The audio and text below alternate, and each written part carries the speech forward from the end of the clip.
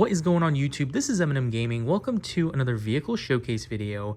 Today we are looking at a 2021 BMW X3. This is the 30i sDrive model of the car. Getting right into it, we have the key here. And we also have the tag here, which shows which model. Let's go ahead and open the hood here so we can see the specs. As I've mentioned in prior videos, you can open these compartments here, which have this cover, and you can actually take out this entire cover to clean in that area, because a lot of dust and dirt, and more so leaves than anything, you probably heard the leaves as I was opening the hood, a lot of leaves in the corners here that you can clean out. And these covers, you can just take them all the way out. They're plastic, so you can just wash them off and then dry them, because there is a vent here, so you don't want that to get clogged with leaves. And so whenever you do that, you can easily just put it back, and you just want to turn it from unlocked, which is this side here. And as soon as you do that, you just put it back to the locked side right here. Try to pull it off, it won't come off, so it's locked in. And you have the same thing on this side as well, just to show you guys here. You do have this other side, which seems pretty dirty as well. It's almost dirtier than the other side. But as soon as you pop it out, you can just flick out all those leaves and clean off this plastic cover. And you can see that there's like a huge gap in there where leaves can go in. You may want to take a look when you're cleaning your car as well. The button here is kind of about to fall out. I don't know what's going on with that. It's kind of weird. Okay, there we go. Yeah, now it actually locked in. All right. This car specifically, which I don't know if this is just supposed to be like that. I just noticed that this section here is completely exposed, which I think typically there's a plastic cover. I don't know if it's supposed to be like that. Probably not. So we have a 8-speed transmission. It's gasoline direct injection, intercooled with the turbo premium i4 inline force engine. And this is the i4 cylinder motor, which is 2 liters, and it's producing 248 horsepower. And then we have 258 torque, which is the pound per feet. What appears to be the oil type, which they've started doing on a lot of these new BMWs. So as soon as you open the hood, you'll be able to tell right from going right here. Instead of having to go into your manual or looking it up online or even calling BMW, you have it right here. Now, I would recommend calling BMW. If your BMW is over 10 years old, somewhere between 8 to 10 years old, I would call them. They may tell you to do a 5W possibly, and it may be like a 30 instead of a 20. So it just depends. And I think it's like the time of the year as well. I'm not entirely sure. Don't want to give you misinformation. But again, from past experience, they have changed. Let's go ahead and close this. You guys can hear the leaves crunching. Look at this. It's like literally leaves just crunching in there. The range, we have a capacity of going 490 miles, supposedly. I guess you guys can test that out. And we have a fuel capacity of 17.2 gallons that the vehicle can hold. Also, we're showing the MPG. Go ahead and turn these lights back to automatic. Actually, I'm going to turn the lights on so you guys can see what that looks like. So we have an MPG of 25 in the city, 29 on the highway, and 27 is the estimated combined on the MPG. These are the regular low beam headlights. So we're going to go ahead. You guys can see here. That is what they look like on regular beam. Let's go ahead and turn the high beams on. See what that looks like. I probably should have turned the fog lights on at the same time so you guys can see what that looks like too. But anyway, there's supposedly the high beams. So we'll go ahead and turn off the high beams here. There's the high beams off. Fog lights on or not? Are they on? Oh yeah, it's over there actually. It's on the. They have the fog light symbol on the right side for some reason. So that is the fog light. There is the fog lights. Pretty clean looking. So we don't have the rear heated seats, but we do have the rear climate, and we have 2 of the USB-C ports. We also have a headrest that's sitting on the ground because I had to move the seats up, and unfortunately, because that seat was so far back, I couldn't put it down without taking that out, so I just did that to make it easier. So we have these leather seats. We also have some sort of, don't even know what that is, a jock strap or some shit that was in the car before we dropped it. And there's actually something in the door there, some sort of paper a coloring book, or I'm not sure why they didn't clear the car out. But anyway, the middle compartment here, we have a cup holder area. You just push this button, it wants to open, it doesn't want to close for some reason. And so that's that. We have these headrests, which you can actually pull them up, and if you push this little button right here, it'll actually close them. And you have the same thing for this middle one as well. As soon as you push this button, it closes. Probably something fairly obvious, but anyway, you never know. And then you have the ambient lighting, of course, in the back. Moving on to the front of the vehicle, looks like the Sirius XM has ran out. The dimensions of the car for the interior, we have 62.7 for the volume going from the front seat to the dash. And then from the second seat, you have a space of 28.7 feet cubed. And then from the cargo space to the second seat, you have 28.7 as well. So we do have dual climates, which means you can change the temperature of the driver's side and the passenger side at one time. You can do 60 over here, you can do 84 over there. You're gonna feel two different temperatures, which I've never even tried that before. I'm actually kind of curious to see how that feels, if that's even possible.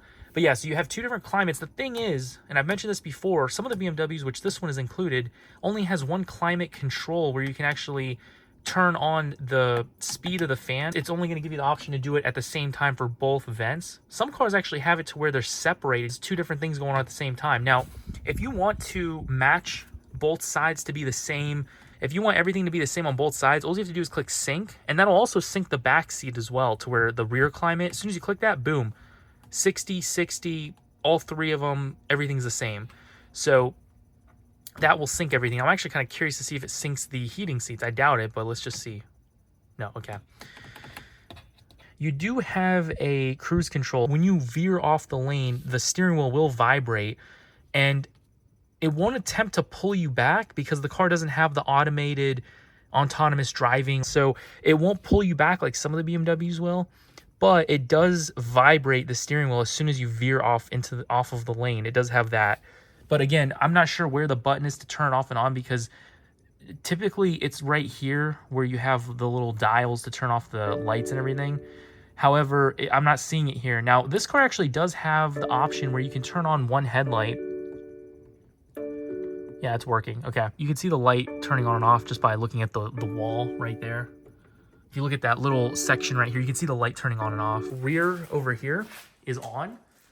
That tail light is on, and this one is off.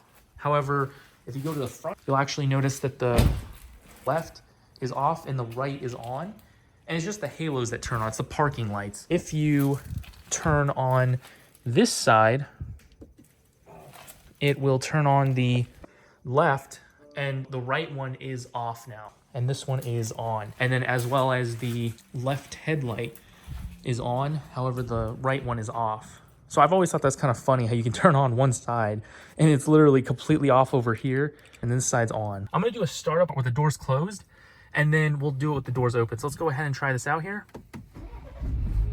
Okay, there it is. Turn that off again. And I think the door was actually opened. It was like barely making contact. It wasn't actually completely latched. So let's go ahead and do it again. Okay, we have the glove compartment here. You can actually lock the glove compartment by clicking the key into there. Now, some people don't know how you do that, but with this actual key fob, what you're going to want to do is you're going to want to click up here on this portion right here, this little button. You click it, and then as soon as you click it, you can actually pull the front of the key. This entire key comes out.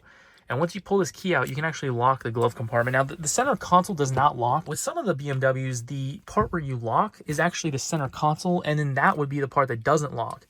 So usually that's with the convertibles or the coupes. So just make sure you take a look and see which side you have that locks. We have the user agreement, vehicle use agreement, and that basically shows the color. As it shows here, as it states, it's a dark graphite metal. Or sorry, it's cut off, dark graphite metallic. So we have the color here as dark graphite metallic. I thought it said metal, but it's cut off. It just says metallic. The exterior dimensions here. So we do have the wheelbase showing at 112.8 inches for wheel to wheel. We have from this wheel to that wheel, we're looking at 112.8 inches. The length of the car from bumper to bumper is 185.9 inches. Width of the car without the mirrors, so don't count those mirrors, I guess count them that they're closed or something. We're looking at 74.4 inches from the width of the car. The height of the car is 66 inches. Now, my head does go over the car, so it's pretty short. It's a little shorter than the X7. The ground clearance on the car is 7.2 inches. There's the badging right here. We got X3, and then we have sDrive right over here. Open the trunk here. Don't want to get hit by that. Almost got knocked out. If you want to pop this out, it's something a lot of people don't know, but you just press this button right here. It will actually unlock it. Now you can pull it out. So that's completely unlocked. You can just pull the whole thing right out. So if you want to put it back, you just lock it right in. There it is. Now it's locked in. And before you unlock it and whatnot, obviously undo this, take this and push it in, and then do that. So you don't have to worry about it getting damaged or anything. But you do have a little under compartment here, which it's not very deep. It's probably about 6 inches deep. And so you can probably fit a few small items. This is where you would put that bar. It goes right across here. That would be where you would put this cover. If you want to close the trunk, you have a button up here. If you press the lock button, it'll lock the car. If you just push the trunk button, it'll close the trunk. So let me start by clicking the trunk button because we don't really want to lock the car right now. So I'm going to go ahead and press that, and that'll close it right up. I wasn't even paying attention. I don't even know how close did that come to hitting that? I wasn't even paying attention. Wow, yeah, that was pretty close. Dang. Let me try that one more time here. Wow. If your hand was in between right here, you would have hit your hand. Like, that's crazy. I wasn't even paying attention to that. I didn't realize it was that close. I'm going to use the key this time because I just want to see how close that was. Let's try that one more time here. Dang, that was really close. That's crazy. If I can close it now. Okay, I'm going to have to press it again here. There it is. I didn't show you guys. So we do have a HUD here. I'm going to have to turn the car on, I think. Just turn the car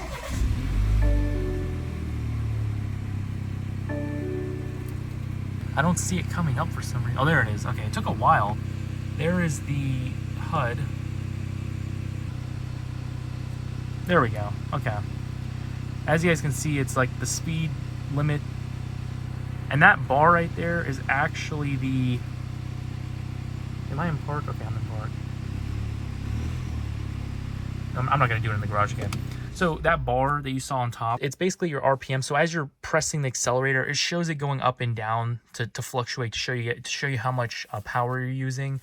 You have a parking brake here, and you have an auto hold as well. So as soon as you get to a stop, you can let go of the brake. It'll hold the car. You just push the accelerator, it'll immediately let go of the brake, and you can just start going again. So that's what auto hold does. You also do have this compartment here. You can fit a few things. You probably fit your glasses in there. You do have X3 on this little section here. Taking this water out of the way, I actually forgot to mention, you do have a key holder as well here. It holds your key. USB plug-in. This closes here as well. It looks kind of nice the way it locks in there. It's like a little... Now it won't even close. Now it won't even open. Like, dang. That like gets stuck when you close it all the way. Look at this. Yeah, that's weird. I don't know if that's supposed to do that. It's probably just like jammed or something when you try to close it all the way. It's weird. But yeah, so anyway, I hope you guys enjoyed the video, and I will see you guys in the next one. Oh, wrong garage. I was trying to close the garage. Oopsies. There we go. Anyway, I will see you guys in the next one. Peace out, YouTube.